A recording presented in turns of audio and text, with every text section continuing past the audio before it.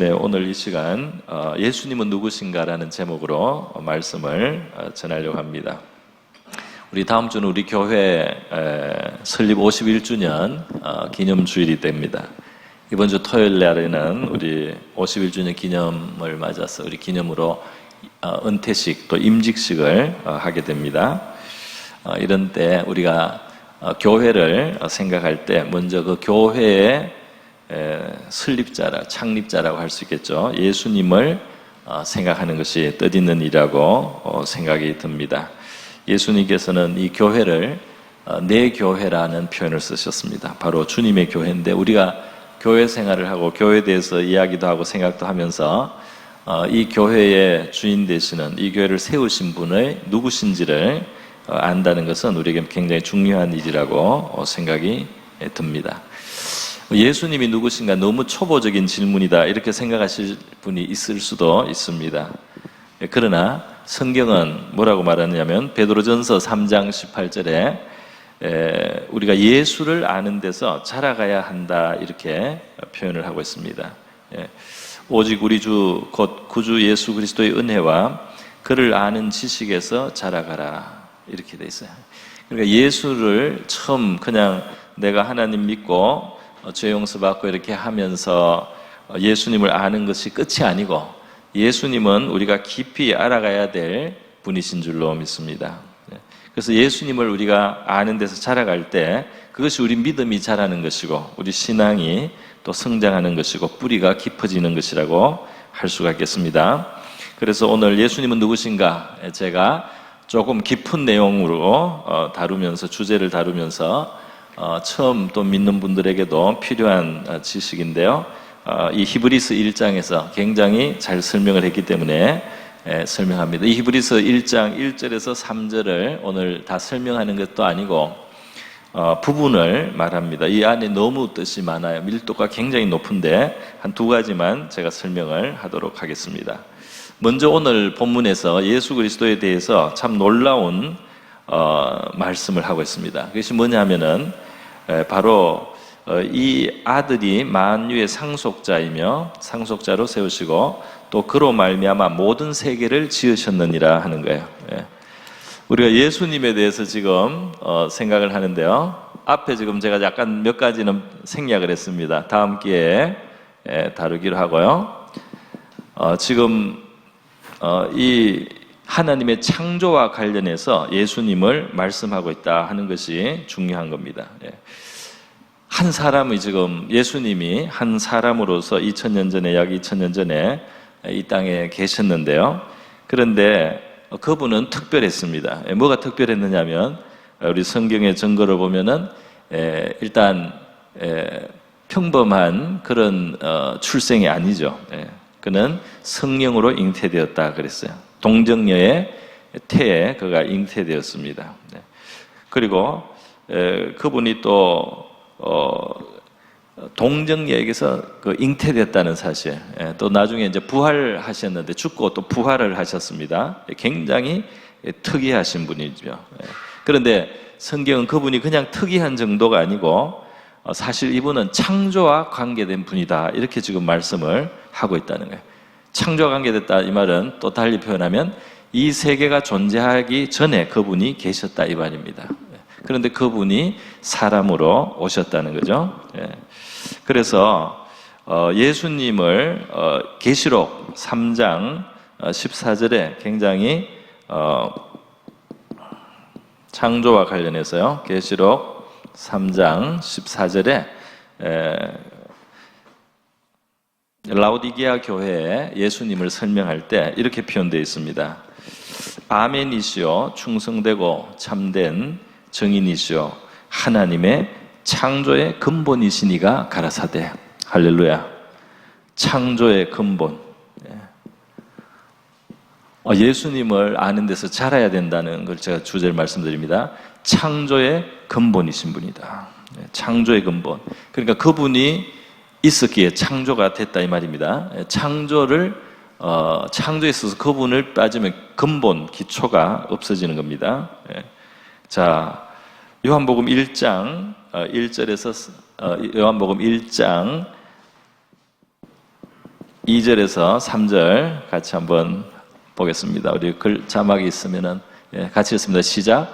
그가 태초에 하나님과 함께 계셨고 만물이 그로 말미암아 지은 바 되었으니 지은 것이 하나도 그가 없이는 된 것이 없느니라. 아멘. 여기 그가 누굴까요? 바로 예수, 주 예수를 말합니다. 물론 그때는 예수라는 이름은 표현 안 됐지만 하나님의 영원하신 아들입니다. 또 있습니다. 우리 요한복음 17장 24절을 한번 참고해 보겠습니다. 요한복음 17장 23절, 예수님이 스스로 하신 24절이네요. 스스로 하신 말씀인데요. 예수님이 제자들에게 말씀하셨습니다. 있습니다. 시작. 아버지여, 내게 주신 자도 나 있는 곳에 나와 함께 있어 아버지께서 창세전부터 나를 사랑하심으로 내게 주신 나의 영광을 그들로 보게 하시기를 원하옵나이다. 아멘. 할렐루야. 상당히 심오하지 않습니까? 창세전에 나를 사랑하셔서 나에게 주셨던 그 영광을 장차 나를 믿는 이들이 천국에 가서 보게 하게 해달라는 예수님의 그 기도 말씀입니다. 자, 이렇게 예수님은 바로 본인이 직접 그렇게 표현도 하셨고 또 그분과 함께 지내고 또 그분의 부활 이후에 만나고 그분께 들었던 제자들 통해서 성령께서 바로 그가 태초에 하나님과 함께 계셨고 만물이 그로 말미암아 지은 바 되었다. 그가 없이는 된 것이 하나도 없다. 이렇게 말씀을 하는 것입니다. 제가 오늘 또 특이한 본문을 하나 소개해 드립니다. 잠언 8장인데요. 잠언 8장 22절부터 한번 같이 한번 보겠습니다. 잠언 8장 22절로 31절. 여기 지금 나가 나요. 나 22절. 나를 가지셨으며 나. 그런데 이 나를 잠언에서는 구약 성경에는 예수란 이름이 안 나오지 않습니까? 지혜. 나 처음에는 지혜라고 자기 별명을 말을 합니다. 별명을 지혜라고 말을 하는데 이 나가 누군지를 한번 우리가 잘 생각해 보겠습니다. 같이 읽습니다. 시작. 여호와께서 그 조화의 시작 곧 태초에 일하시기 전에 나를 가지셨으며 만세전부터 태초부터 땅이 생기기 전부터 내가 세움을 받았나니 아직 바다가 생기지 아니하였고 큰 샘들이 있기 전에 내가 이미 났으며 산이 세워지기 전에 언덕이 생기기 전에 내가 이미 났으니 하나님이 아직 땅도 들도 세상 진토의 근원도 짓지 아니하셨을 때라. 그가 하늘을 지으셨으며 궁창을 해면에 두르실 때 내가 거기 있었고 그가 위로 구름 하늘을 견고하게 하시며 바다의 샘들을 힘있게 하시며 바다의 한계를 정하여 물이 명령을 거스리지 못하게 하시며 또 땅의 기초를 정하실 때에 내가 그 곁에 있어서 창조자가 되어 날마다 그의 기뻐하신 바가 되었으며 항상 그 앞에서 즐거워하였으며 사람이 거처할 땅에서 즐거워하며 인자들을 기뻐하였느니라. 아멘. 우리 30절에 하나 지나가는데 30절 다시 한번 자 다시 한번 같이 시작. 내가 그 곁에 있어서 창조자가 되어 날마다 그의 기뻐하신 바가 되었으며 항상 그 앞에서 즐거워하였습니다. 지금 여기에 하나님과 함께 있었던 내가 있는데 창조자가 되어라고 돼 있죠. 창조자. 물론 여기 이제 하나님 아버지와 함께 있는 것입니다. 함께 하셨어요. 자, 이렇게 성경은 예수 그리스도에 대해서 깊은 것을 우리에게 보여주고 있습니다. 이것이 처음에는 이것을 잘 받기 어려운 분도 있을 수 있습니다. 그러나 성경을 보면 볼수록 우리가 신앙생활을 하면 할수록 이 신앙의 깊은 곳을 우리가 들어올 때 이 예수에 대한 지식이 깊어져야 될 줄 믿습니다. 그리고 이것은 창조와 관련된 예수 그리스도에 대한 우리의 이해와 이제 지식입니다. 그래서 우리 사도 바울은 골로새서 여러 곳에서 골로새서가 깊은 서신이에요. 예수님에 대한 깊은 계시를 표현했는데 여러 번 예수님을 뭐라고 표현했느냐면 비밀이라고 했습니다. 비밀. 왜냐하면은 숨겨져 있었다 이 말입니다. 숨겨져 있었다. 우리 눈앞에 세계는 우리 앞에 보이고 우주는 보이지만 이것이 그 배후에 누가 계신 것인지, 누가 이것을 그 최종 목적이 되시는 분인지 이것이 숨겨져 있었어요. 눈앞에서 나타나진 않았는데 나중에 이제 이분이 오심으로써 이 비밀이 드러나게 되었다는 것입니다. 그래서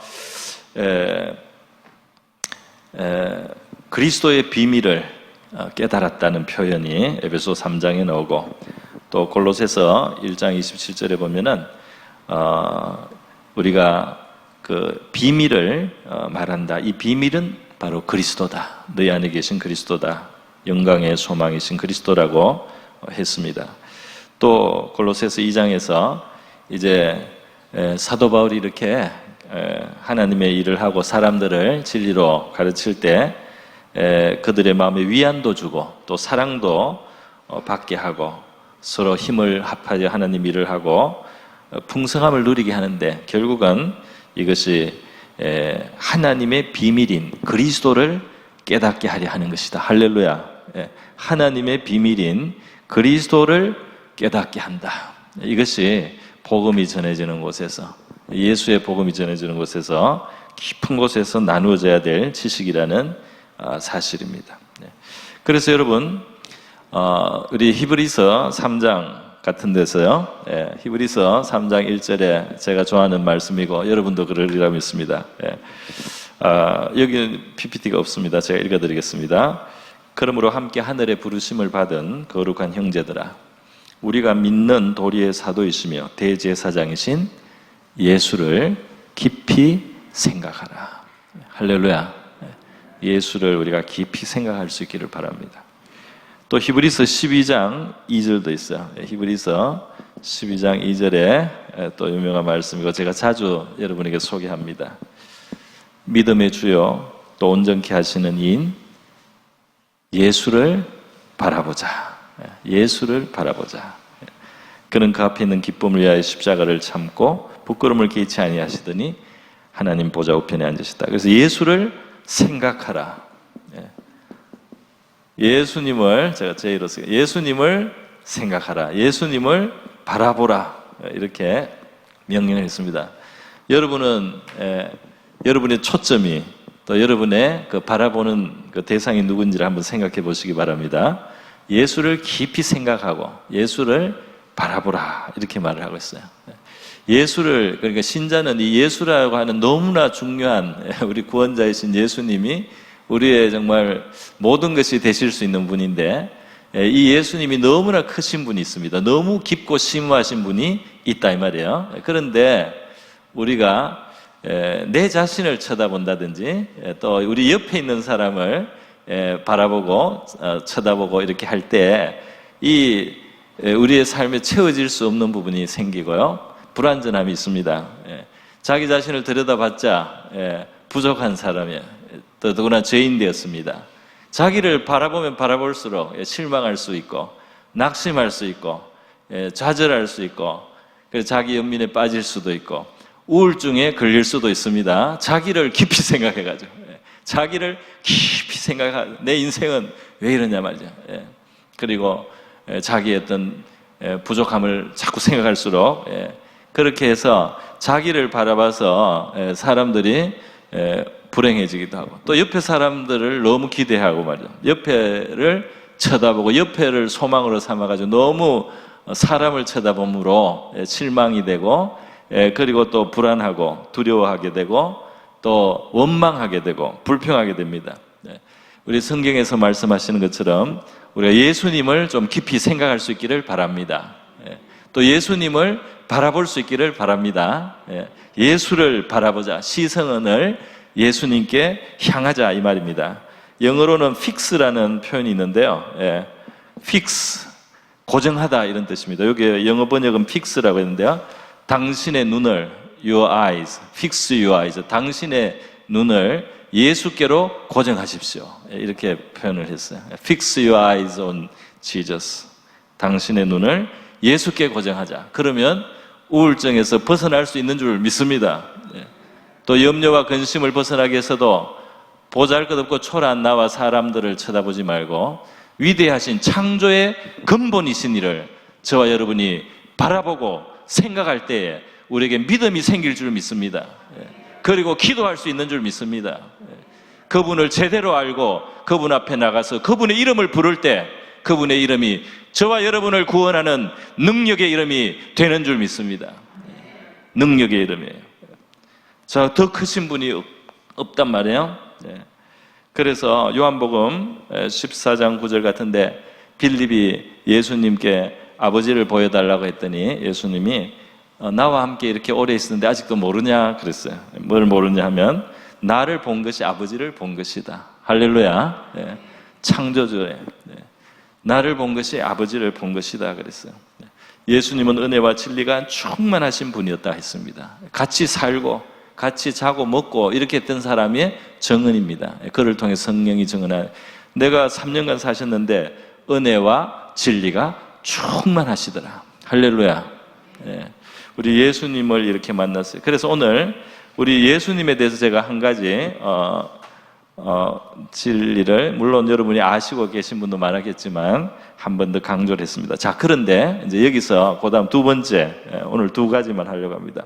두 번째가 뭐냐? 바로 우리를 창조하신 분께서 우리의 문제를 해결해 주기 위해서 오셨다 이 말입니다.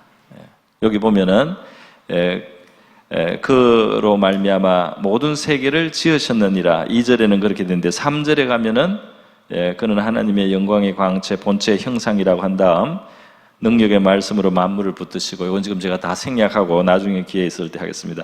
자, 죄를 정결하게 하는 일을 하시고 했어요. 그죠?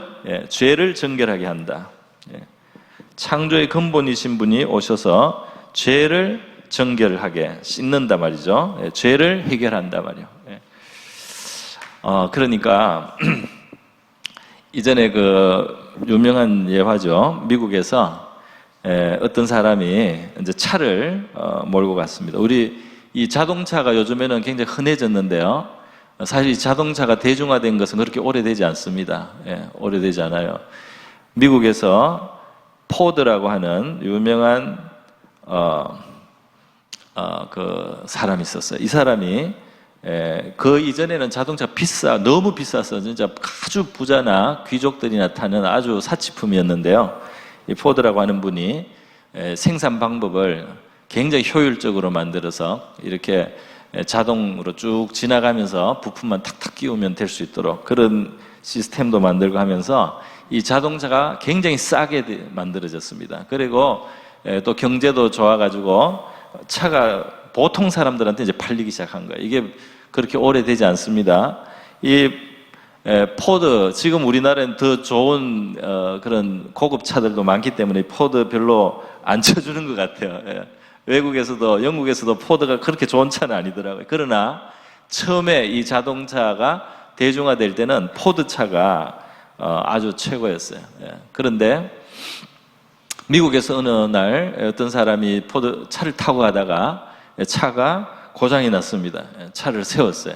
그리고 압니까? 차를 고쳐보려고 해도 안 되잖아요. 그런데 어떤 지나가던 노인이 그 사람에게 말했습니다. 차에 문제가 차가 섰느냐고. 그렇다고 하니까 내가 도와줘도 되겠나? 도와달라고 했더니 노인이 이 손으로 말이죠. 이 차를 여기저기를 이렇게 똑똑 두드려 보는 거예요.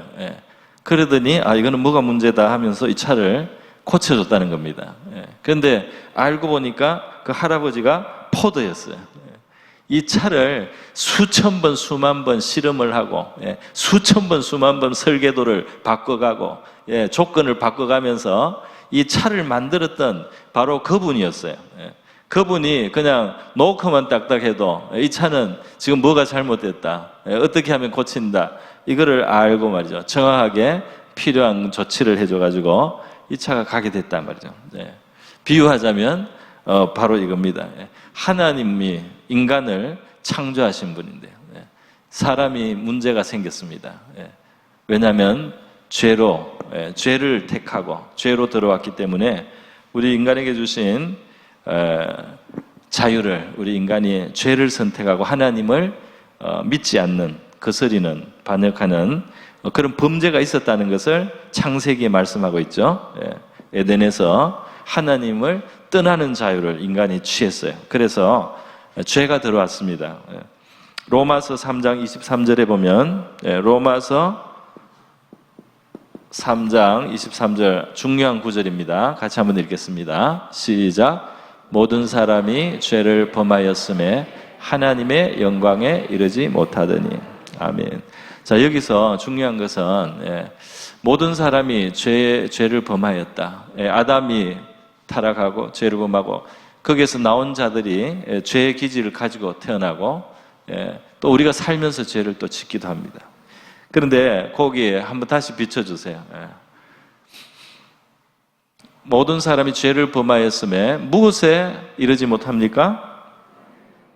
하나님의 영광. 그럼 이 말은 뒤집어서 말하면 무슨 말이냐면 사람이 하나님의 영광에 이를 수도 있었다는 말인가요? 네, 맞습니다. 사람은 어느 정도의 존재냐면 하나님의 영광에 이를 수 있는, 하나님의 영광을 누릴 수 있는, 나눌 수 있는 정도의 그 정도의 존귀한 존재다 이 말이에요. 지음을 받았을 때. 그래서 사람에게 하나님의 영광이 나타날 수 있는, 하나님의 영광이 거할 수 있는, 하나님의 영광 속에 살아갈 수 있는 존재가 원래 우리 하나님의 형상으로 지음을 받은 저와 여러분입니다. 할렐루야. 얼마나 귀한지 몰라. 하나님의 영광을 누릴 수 있는, 하나님의 영광을 같이 나눌 수 있는 그런 존재로 원래 지어졌습니다. 그런데 오늘 우리의 모습은 어떻습니까? 우리가 보면 물론 사람에게서 어떤 선한 모습도 보고 좋은 모습, 의로운 모습, 감동되는 모습도 있지만 또 우리 사람에게서 뭐가 보여요? 이 하나님하고는 너무 거리 먼 우리 마귀가 보입니다. 마귀 짓을 해요. 악마가 따로 없습니다. 악마가 따로 없어요. 사람이 마귀 같은 그런 짓을 해요. 우리 로마서 1장에 우리 죄의 목록이 있는데 한번 보겠습니다. 로마서 1장 28절부터 한번 보겠습니다. 같이 읽습니다. 시작. 또한 그들이 마음에 하나님 두기를 싫어하며 하나님께서 그들을 그 상실한 마음대로 내버려 두사 합당치 못한 일을 하게 하셨어요. 그대로. 자, 이게 죄의 뿌리예요. 인간이 타락을 하고 죄가 들어온 다음에 사람에게서 자연스럽게 나타나는 현상 중에 하나가 무슨 죄를 짓기 전에 벌써 마음 속에서부터 마음에 하나님 두기를 싫어한다 그랬어요. 이게 보이지 않는 죄의 뿌리입니다. 사람이 하나님하고 벌써 등이 져 있어요. 마음이, 영혼이. 그래서 무슨 애가 자라기 전에 구체적인 죄를 범하기 전에도 사람의 마음에는 하나님을 두기를 싫어하는 정신이 있습니다. 그래서 하나님 없다는 말을 요령 있게 잘하면 박수를 받습니다. 사람들에게. 제가 철학과 강의를 듣는데 이 하나님에 대해서 부정적이고 또는 부정하는 말을 했는데 박수를 한번 치더라고요. 학생들이. 그러니까 마음에 두기를 싫어하는데 없다고 하니까 얼마나 좋아요. 후련하고. 얼마나 속이 시원합니까? 하나님이 있는 게 불편한 겁니다. 그런 심리가 우리 인간 안에 이미 들어와 있어요. 하나님의 영광을 보고도 영광을 찬양하지 않고 하나님께 감사하지 않습니다. 당연한 것으로 생각하고 그리고 자기 잘난 맛에 사는 거죠. 하나님 두기를 싫어한다. 그래서 하나님도 손을 더 떼게 된단 말이죠. 그 다음 넘어가겠습니다. 자, 죄의 목록입니다. 읽습니다. 시작. 곧 모든 불의, 추악, 탐욕, 악의가 가득한 자요, 시기, 살인, 분쟁, 사기, 악독이 가득한 자요, 수근하는 자요. 잠깐 여기서 멈추세요. 불의하다, 의롭지 않은 것을 이익을 위해서, 욕심을 위해서 굽게 하는 거죠. 정직하지 않은 것을, 바르지 않은 것을, 그렇게 욕심 때문에 하는 거 불의 아닙니까? 추악한 욕심, 욕심, 탐심, 자기를 생각, 탐욕, 자기를 생각하고 다른 사람은 어떻게 되든지, 다른 사람은 불의한 일을 당하거나 손해를 보거나 또는 위태롭게 되더라도 내 욕심을 찾는 탐욕, 이런 것이 사람들의 마음에 있다 이 말입니다. 악의가 가득합니다. 잘 되는 것을, 다른 사람의 잘 되는 것을 싫어합니다. 시기로 바로 이어지죠. 시기. 다른 사람이 불행하면 오히려 그것이 속이 시원한 겁니다. 얼마나 악합니까? 살인. 물론 사람을 우리 국가에서 기준으로 보는 살인은 이제 사람이 죽게 하는 거지만 우리의 일상에서 예수님이 설명해 주신 살인의 의미에서 인격을 파괴하는 것, 다른 사람의 인격을 파괴하는 것, 마음에 상처를 주는 것, 이런 것도 큰 범위의 살인에 들어갑니다. 하나님 앞에서는 그래요. 그래서 살인죄를 많이 짓습니다. 혈기를 내고 다른 사람에게 충격을, 실제로 사람들한테 어떤 사람은 화내는 말을 한다든지 욕을 한다든지 괴롭힌다든지 요즘에는 댓글을 달아가지고 사람이 죽어요. 죽진 않아도 병이 듭니다. 살인에 속하는 겁니다. 하나님 앞에서는 살인죄에 속한다 이 말이에요. 분쟁, 싸우는 것을 좋아합니다. 평화로운 게 그렇게 안 좋은가 봐. 그래서 다퉈야지 속이 시원한 거예요. 또 뭡니까? 사기, 속이는 거죠. 속이는 것. 다시 악독이 가득한 자, 그리고 수근수근하는 자, 수근수근. 가십이라고 하죠. 사람들이 수근수근한단 말이죠. 이 수근수근하는 게 그렇게 재미가 있단 말이에요. 누가 어떻다 저떻다 하고 특히 흉을 볼 때 너무 재밌단 말이죠. 악인이라, 이게 죄인입니다. 다른 사람 흉을 볼 때 재미가 나가지고 자꾸 더 이야기하고, 한번 그냥 지나가면 되는데 또 이야기하고 말이죠. 또 이야기하고 싶은, 이것이 바로 수근수근하는 죄란 말이에요. 이것이 죄인이에요. 그러니까 이 죄가 살인만 죄가 아니고 수근수근하는 것도 하나님 앞에서 죄된 모습입니다. 그 다음으로 넘어가겠습니다. 비방하는 자요. 그리고 역시 욕을 해야지 속이 시원해요. 욕을 해야지 속이 시원합니다. 잘못을 보고. 우리가 사랑하는 대상이나 사랑을 가지고 있는 대상이 비방당할 만한 일이 생기면 어떻게 됩니까? 근심이 되죠. 그것이 나의 고통이 되죠. 안타까움이 됩니다. 또 어떨 땐 덮어주고 싶습니다. 그러나 사랑이 없으면 어떻게 됩니까? 비방하는 겁니다. 그리고 그것이 만족이 되는 겁니다. 죄인의 심리다 이 말이에요. 하나님께서 미워하시는 자요, 능욕하는 자요, 다른 사람을 모욕하는 겁니다. 교만한 자요, 자기를 높이는 거죠. 자기를 아주 높이는 겁니다. 그 다음 자랑하는 자 비슷합니다. 그 자랑도 도가 지나치면 죄입니다. 우리 자랑 중에는 물론 우리가 정당하다고 봐줄 수 있는 것도 있어요. 그러나 조심해야죠. 자랑, 말을 가만히 듣다 보면 그 뒤가 다 자기 자랑하는 말이에요. 결국은 그래서 어떻다는 말이냐, 내가 잘났다는 말입니다. 이런 경우가 많단 말이죠. 내 자신을 볼 때도 내가 정말 그런 정신으로 한 게 아닌가 싶을 때도 있습니다. 그래서 사람이 이렇게 죄에 가깝다 이 말이에요. 악을 도모하는 자요, 부모를 거역하는 자요. 넘어가겠습니다. 우매한 자요, 배약하는 자, 약속을 어긴단 말이죠. 무정한 자요, 무자비한 자라. 이기적인 존재입니다. 끝인가요? 31절까지 32절 같이 봅니다. 시작. 그들이 이 같은 일을 행하는 자는 사형에 해당한다고 하나님께서 정하심을 알고 자기들만 행할 뿐 아니라 또한 그런 일을 행하는 자들을 옳다 하느니라. 자, 이거대로 두시고요.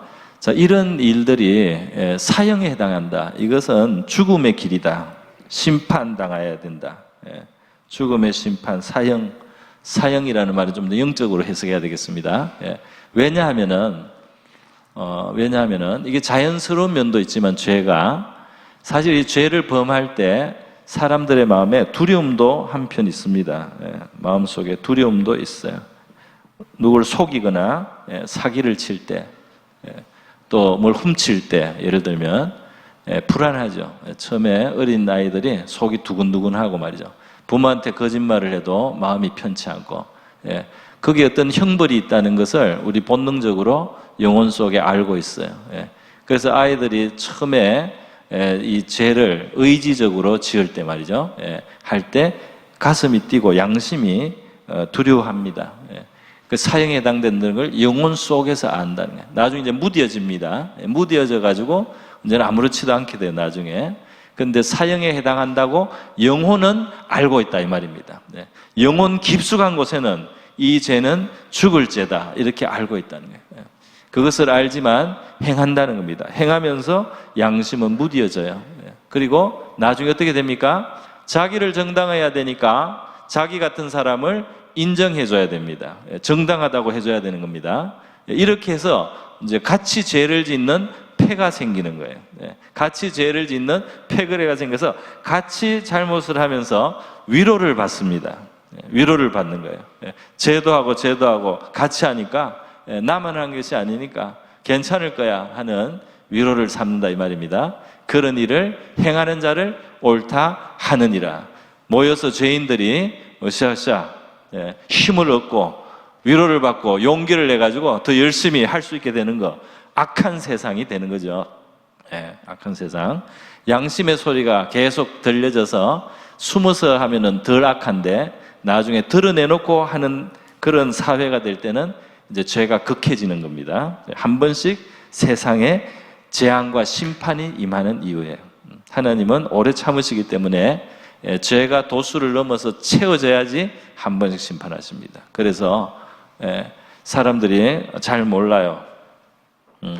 자, 여러분, 이렇게 죄에 대해서 우리가 조금 내용을 조금 한번 살펴봤습니다. 왜냐하면 오늘 예수님이 이 죄의 고장난, 바로 죄를 지었다는, 죄 가운데 있다는 것은 인간이 죄인이 됐다는 것은 고장이 났습니다. 하나님의 영광에 이르지 못한다 말이죠. 우리가 살아가면서 지금 우리의 삶 속에 제일 우리가 신경 쓰는 것은 주로 경제 문제를 신경 쓰고, 우리의 어떤 사람은 좀 명예에 대해서 관심 갖는 사람도 있겠고 한데, 제일 경제 문제가 보통 제일 큽니다. 살아가는데 이게 제일 관심거리가 여기에 대해서. 그러나 여러분, 우리가 숨이 딱 끊어지면은 우리 한 줌 흙으로 돌아갑니다.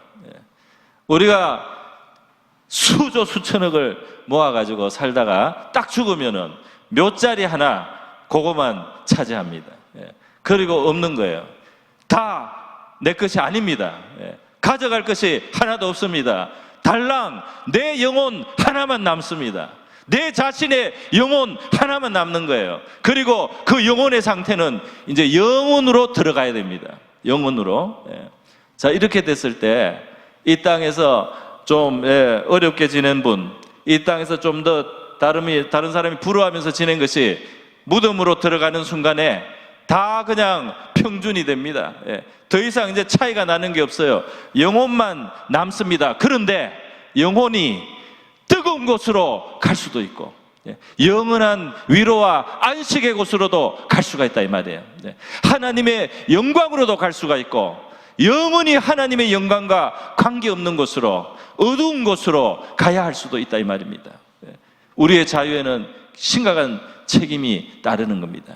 엄청난 자유를 가졌기 때문에 우리의 책임도 큰 겁니다.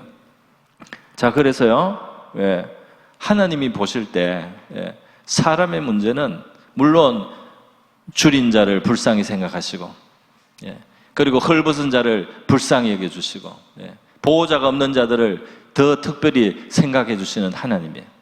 그러나 하나님이 보실 때 인간에게 있어서 제일 필요하고 제일 중요한 것은 당장 조금 더 가지느냐 덜 가지느냐가 아니고, 이 영혼이 영원한 영광으로 들어갈 것인지 아니면 형벌로 가야 할 것인지 심판당해야 될 것인지, 이것이 하나님의 관심이 아닐 수가 없다는 겁니다.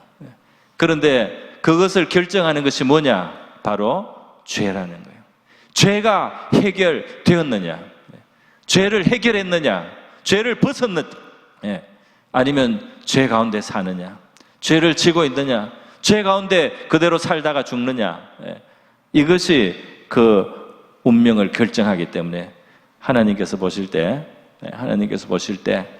창조주의 입장에서 인간에게 고쳐줘야 될 엔진은, 제일 중요한 엔진이 뭐냐? 죄의 문제를 해결해 주는 겁니다. 할렐루야. 아니, 나는 이 세상에서 볼 때는 죄 짓는 사람도 잘 살고, 죄 짓는 사람도 더 부자 되고, 죄 짓는 사람도 더 떵떵거리고 살더라. 그 우리 인간의 관점에서 그런 거죠. 그래서 죄가 덜 중요하게 보이는 겁니다, 우리에게는. 그러나 여러분, 하나님이 볼 때는 죄 문제가 진짜 문제입니다. 죄 문제가 진짜 문제예요.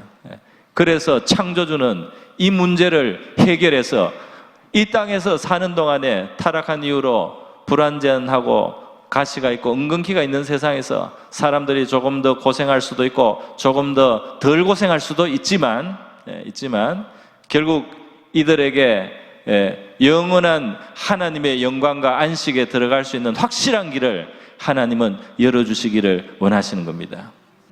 그리고 이 땅을 사는 동안에도 하나님과 함께하는 건전하고 건강해진 영혼으로 살기를 원하시는 겁니다. 죄라는 것은 하나님 볼 때는 병이에요. 병든 겁니다. 우리가 병들면 병원에 가지 않습니까? 건강하게 살려고. 병이 들었단 말이죠. 이런 조건을 갖췄는데 영혼 속에는 병이 들어있단 말이죠. 죄 문제가 해결되지 않았기 때문에. 사람들은 불안한데 자기는 행복하지 않을 수 있습니다. 그런데 여러분, 하나님께서 약속하신 것은 영혼의 병을 고치면은 우리의 삶의 생명이 풍성해진다고 했습니다. 할렐루야. 영혼의 병을 고쳐야 생명의 삶이 풍성해진다 이 말이에요. 부자 된다고 반드시 약속하진 않아요. 그러나 생명이 풍성해지는 것은 약속되어 있습니다. 생명을 풍성하기 위해서 먹을 것도 필요하죠, 사실. 그래서 필요한 것을 주실 줄 믿습니다. 필요한 만큼 주시겠죠. 너무 많아서 탈나는 사람도 있어요. 그러면 덜 주시는 것이 축복인 줄 믿습니다. 생명이 풍성해진다 이 말이에요. 풍성한 생명의 삶을 이 땅에서 살다 가라고 빨리 고쳐주시기를 원하십니다. 그리고 영원한 내세에서도 영원한 영광과 위로와 영광과 행복이 있는 곳으로 우리 영생을 누리도록 그렇게 하나님은 원하신다 이 말이에요. 그래서 지으신 분이 오셨다 이 말입니다. 지으신 분이 해결한다 이 말입니다. 그분보다 누가 더 정확하게 문제를 파악하고 그분보다 더 누가 정확하게 이 문제는 어떻게 해결해야 된다는 것을 그분보다 잘 아는 존재가 누가 있겠습니까? 우리 사람은 문제가 뭔지도 모르고 어떻게 해결해야 될지도 몰랐어요. 그러나 하나님께서는 문제가 뭔지도 아시고 어떻게 해결해야 될지도 아시는 겁니다. 그래서 해결하는 것이 뭐냐? 사람이 되어 오신 겁니다.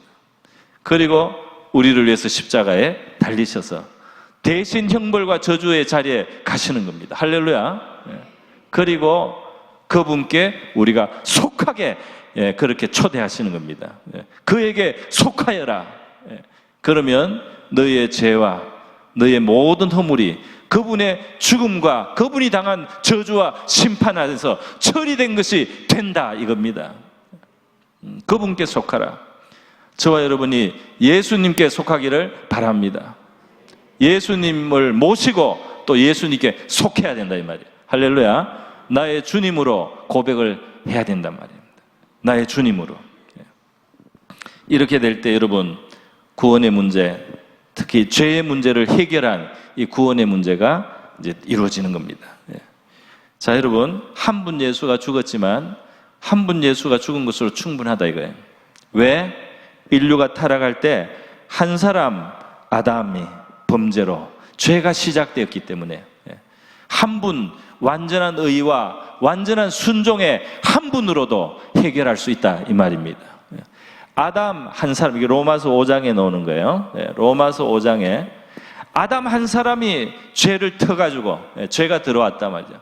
그리고 인류가 죄인이 되고, 그래서 인간이 결국 이렇게 비극이 왔는데 하나님이 보내신 하나님의 아들 예수 그리스도, 그도 바로 사실 창조의 근본입니다.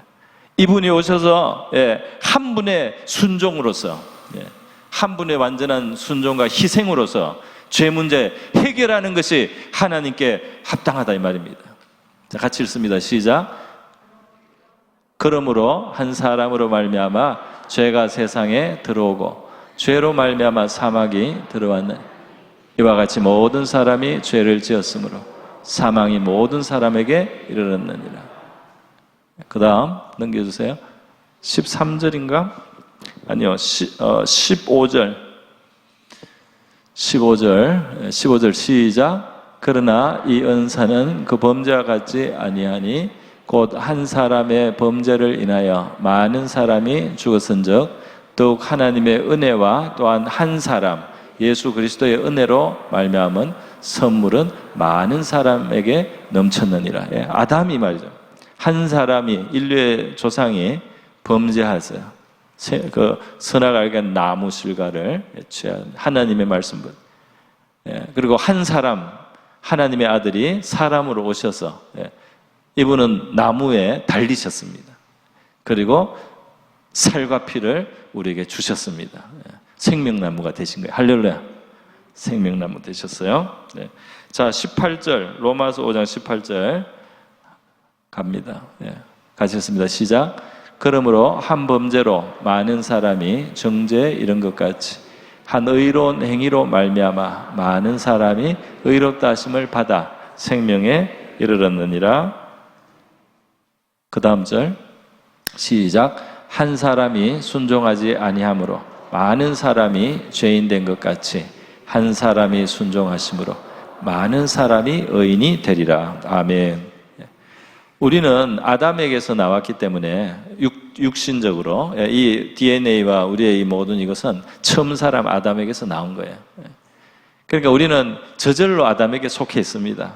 우리가 잉태되고 태어나는 순간 그냥 아담에게 속한 거예요. 아담의 소속입니다. 그러니까 범죄한 자의 소속이에요. 죄성을 가진 자, 죄성을 받아들이고 사망이 들어온 자의 우리가 소속으로 태어났습니다. 그러니까 자동으로 죄인이 된 겁니다. 그러나 예수님께 소속은 어떻게 됩니까? 예수님의 소속은 예수가 오셔서 이렇게 죄 문제를 해결할 십자가에 피 흘려 죽으셨는데 그 예수님을 대해서 듣고 우리가 예수님을 과연 하나님의 아들로 인정하고 그리스도 우리의 구원자로 인정하고 믿음으로 받아들이고 우리의 마음에 모시면 주님으로 삼을 때 우리가 예수께 속하게 되는 줄 믿습니다. 그러면 예수께 속해서 구원을 받는다 이 말이에요. 하나님은 우리가 죄인이라는 걸 너무 잘 압니다. 지금 예수 믿으면서도 온전하지가 못해요. 그 정도로 고장이 났습니다. 그 정도로 예수 믿어도 금방 온전해지지 않지 않습니까? 평생 살아도 노력하고 애쓰는데도 끝에 가서 삑하는 사람들도 있어요. 삑합니다. 그만큼 고장이 났다 이 말이에요. 그만큼 고장난 존재라서 하나님이 너무 높여주면은 삑을 잘합니다. 높여줄수록 삑을 잘해요. 높아지려고 하면 사실 불안한 일이에요. 그런데 하나님께서 아담 한 사람으로 인해서 온 이 불행을 예수 한 사람께 속함으로 해결해 주십니다. 할렐루야. 속함으로 구원받는 거예요. 완전해지지 못하죠. 부족함이 남아 있습니다. 그렇다고 부족함이 요만큼 남아 있다고 구원받지 못하는 건 아니다. 속함으로써. 할렐루야. 속함으로써. 자, 여러분 말씀을 오늘은 마치도록 하겠습니다. 오늘 창조의 근본이신 우리 주님께서 오셔서 우리 가장 큰 문제를 해결해 주셨다는 이 말씀을 드렸습니다. 저와 여러분이 예수님을 아는 데서 자라갈 수 있기를 바랍니다. 예수님을 아는 지식이 가장 고상하다. 그래서 할렐루야. 가장 고상하다. 이 세상에 제일 중요하고 제일 깊고 제일 높고 제일 심오한 지식과 진리가 예수께 있습니다. 예수께 있습니다. 예. 우리 예수님을 아는 데서 자라가시고 예수님을 깊이 알므로 우리 주님의 큰 은혜와 평강이 저와 여러분의 삶 속에 넘치시기를 주님의 이름으로 축원합니다.